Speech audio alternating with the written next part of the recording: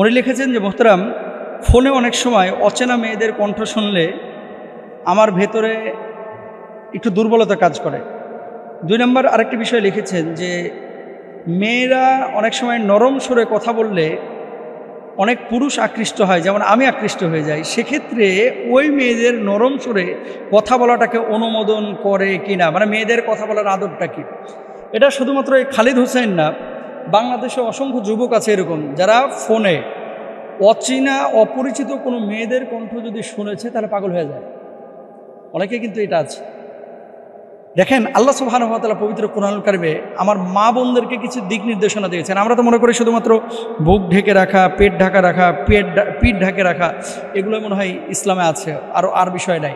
শুনেন, ইসলামিক শরিয়া কিন্তু নিট অ্যান্ড ক্লিন কিছু বিষয় আপনাদেরকে বলে দিয়েছে অনেক আগেই।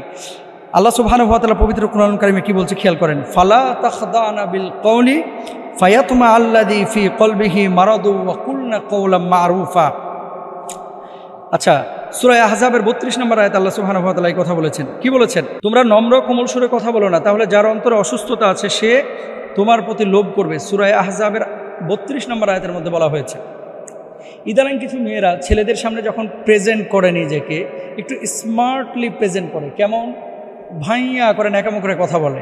তারপর আপনার মানে একটা বিষয় শক্ত করে উপস্থাপন করলেই পারতো যে ভাই আমার মোবাইলে টাকা লাগবে, টাকাটা ঢুকা দেন তো ভাই ফ্ল্যাক্সির দোকানে গিয়ে, ভাই আমার বিকাশ করা লাগবে, ভাই আমার নগদ করা লাগবে, একটু আপনার নাম্বারটা দেন তো, আমাকে এই জিনিসটা দেন তো, ওখান থেকে একটা বিস্কিট দেন তো, ওই নুডলসের প্যাকেটটা দেন তো। এভাবে শক্তভাবে বলা যায়, কিন্তু না, ন্যাকামু করে একেবারে স্মার্টলি প্রেজেন্ট করতে গিয়ে এমন নম্র স্বরে কথা বলে যাদের ভিতরে খারাপ চিন্তা চেতনা আছে, তাদের ভিতরে খারাপ মানসিকতা তৈরি হয়। উল্টা দিকে যদি পুরুষের কথা চিন্তা করেন, কিছু পুরুষ আছে এরকম, ধরেন ঢাকা শহর থেকে গ্রামে গিয়েছে, বাপরে বাপ, মানে তার হাঁটার স্টাইল কি, একবার এদিকে পাদে একবার ওইদিকে পাদে, এইদিকে পাদে এইদিকে পাদে, মানে এমন স্টাইল করে হাঁটতেছে মনে হচ্ছে যে মাটির উপরে পা ফেলতে আর কষ্ট লাগতেছে, এরকম আছে। মাইখে মুখে মনে করেন 5 আঙ্গুল লাগায় ধুমায় খাইতো, আর এখন মনে করেন বিয়ের অনুষ্ঠানে দেখেছে তার সামনে 4-5টা মেয়ে বসে আছে, বাপরে বাপ, খাওয়ার স্টাইল কি, চামচ ছাড়া এর ভাত হাতে উঠতেছে না। এরকম কিছু ন্যাকামো কিছু পুরুষও আছে, কিন্তু কিছু মহিলাও আছে। নারীদেরকে এবং পুরুষকে, মানে পুরুষকে আকৃষ্ট করার জন্য নারী, আর নারীকে আকৃষ্ট করার জন্য পুরুষ, সম্পূর্ণরূপে এটা হারাম। অথচ এটা আমরা জানি না।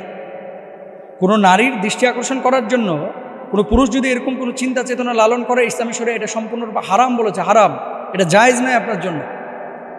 এবং মেয়েদের নরম স্বরে নম্রতার সাথে কথা বলাটা, ফোনে একটা ছেলে আপনাকে মিস কল দিয়ে ডিস্টার্ব করতেছে, বাস কল দিয়ে দিল, আপনার মেয়েদের কথা বলতেছে, আপনার ভাষ্য হবে কীরকম, আসসালামু আলাইকুম, কে বলছেন, না না না প্লিজ রং নাম্বার, আপনি ফোন রাখেন, আমার আর ফোন দেবেন না। আপনি এইভাবে কর্কশভাবে কথা বলবেন না তো। এক্সকিউজ মি, কে বলছেন ভাইয়া, এত মজা করে বললে তো ও তো আরও সুযোগ নেবে। ইসলামী শরিয়া নিষেধ, এটা করা যাবে না। এবং পুরুষ কোনো নারীর কণ্ঠ শুনলে সাথে সাথে ফোন কেটে দিবেন যদি তাকে না চেনেন, এটা করা যাবে না।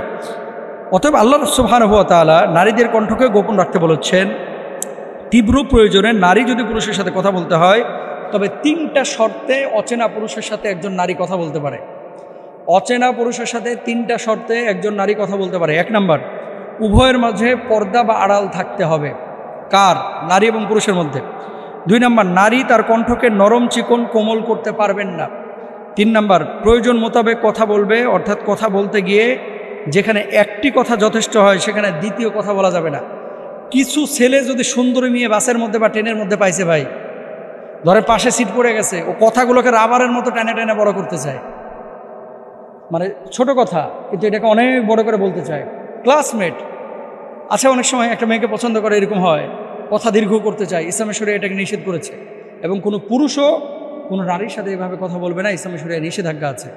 তাহলে এই জায়গাটায় মেয়েদের পর্দা, ছেলেদের পর্দা শুধুমাত্র শারীরিক পর্দা না, কণ্ঠকে নমনীয়ভাবে প্রেজেন্ট না করা, কর্কশভাবে কথা বলা এবং মানুষকে আকৃষ্ট করার মানসিকতা না নিয়ে কথা বলা, এটা হচ্ছে নবীজি সাল্লাল্লাহু আলাইহি ওয়াসাল্লামের দিক নির্দেশনা বা ভাষ্য। আরেকটা বিষয় আপনাদেরকে বলে রাখি, একটা হচ্ছে গুছিয়ে কথা বলা, আরেকটা হচ্ছে অগোছালো কথা বলা।